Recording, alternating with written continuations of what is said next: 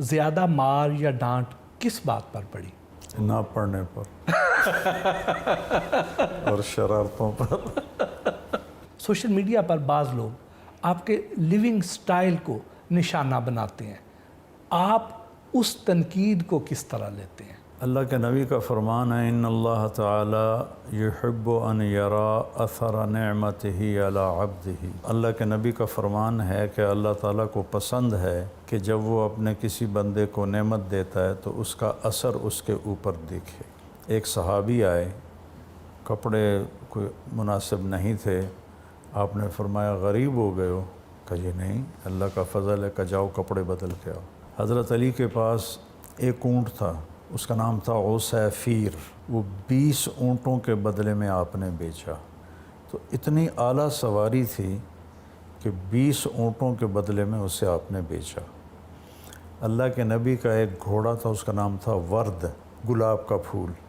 وہ گھوڑوں میں اتنا نمایاں نظر آتا تھا جیسے پھولوں میں گلاب کا پھول نظر آتا ہے۔ اور ایک گھوڑے کا نام تھا ثقب، ثقب کہتے ہیں بہنے کو۔ وہ اتنا تیز دوڑتا تھا، اتنی لمبی چھلانگ لگاتا تھا کہ زمین کے ساتھ اس کا پیٹ مل جاتا تھا، قریب ہو جاتا تھا، تو ایسے لگتا تھا جیسے بہہ رہا ہے۔ اور ایک گھوڑے کا نام تھا سبحہ، سبحہ کہتے ہیں اڑنے کو۔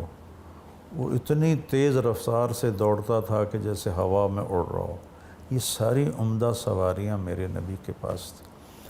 ہمارے بر صغیر میں دین کی صرف فقر والی شکل ہے، تو اگر اللہ نے مجھے دیا ہے تو اللہ پسند کرتا ہے کہ میں اس کو استعمال کروں، اور مجھے کوئی دیکھے گا غریب آدمی تو وہ مجھ سے مانگنے میں اس کو سہولت ہوگی کہ بھائی بندہ چنگا ہے۔ تو یہ تو یعنی دین میں غربت کے سوا کوئی ماڈل ہی کوئی نہیں۔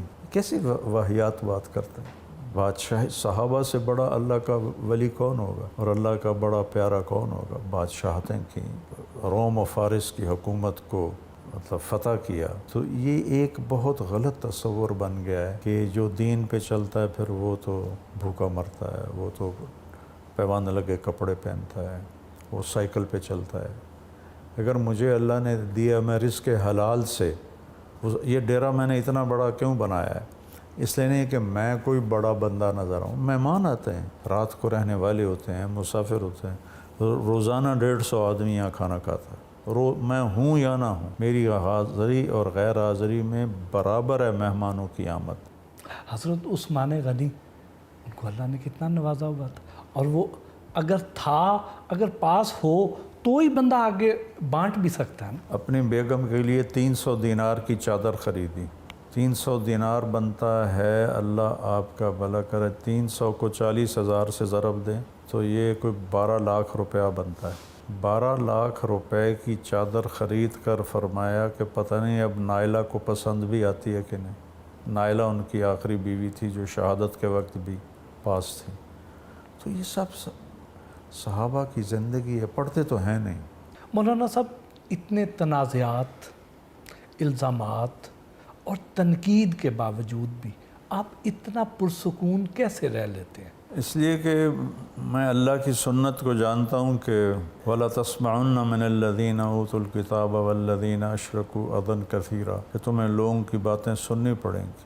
قرآن میں اللہ نے کہا کہ لوگوں کی باتیں سننی پڑیں گی، یہ ایک مستقل چیپٹر ہے۔ میں نے کمپرومائز کر لیا کہ لوگ کہیں گے، میری تعریف بھی تو ہوتی ہے۔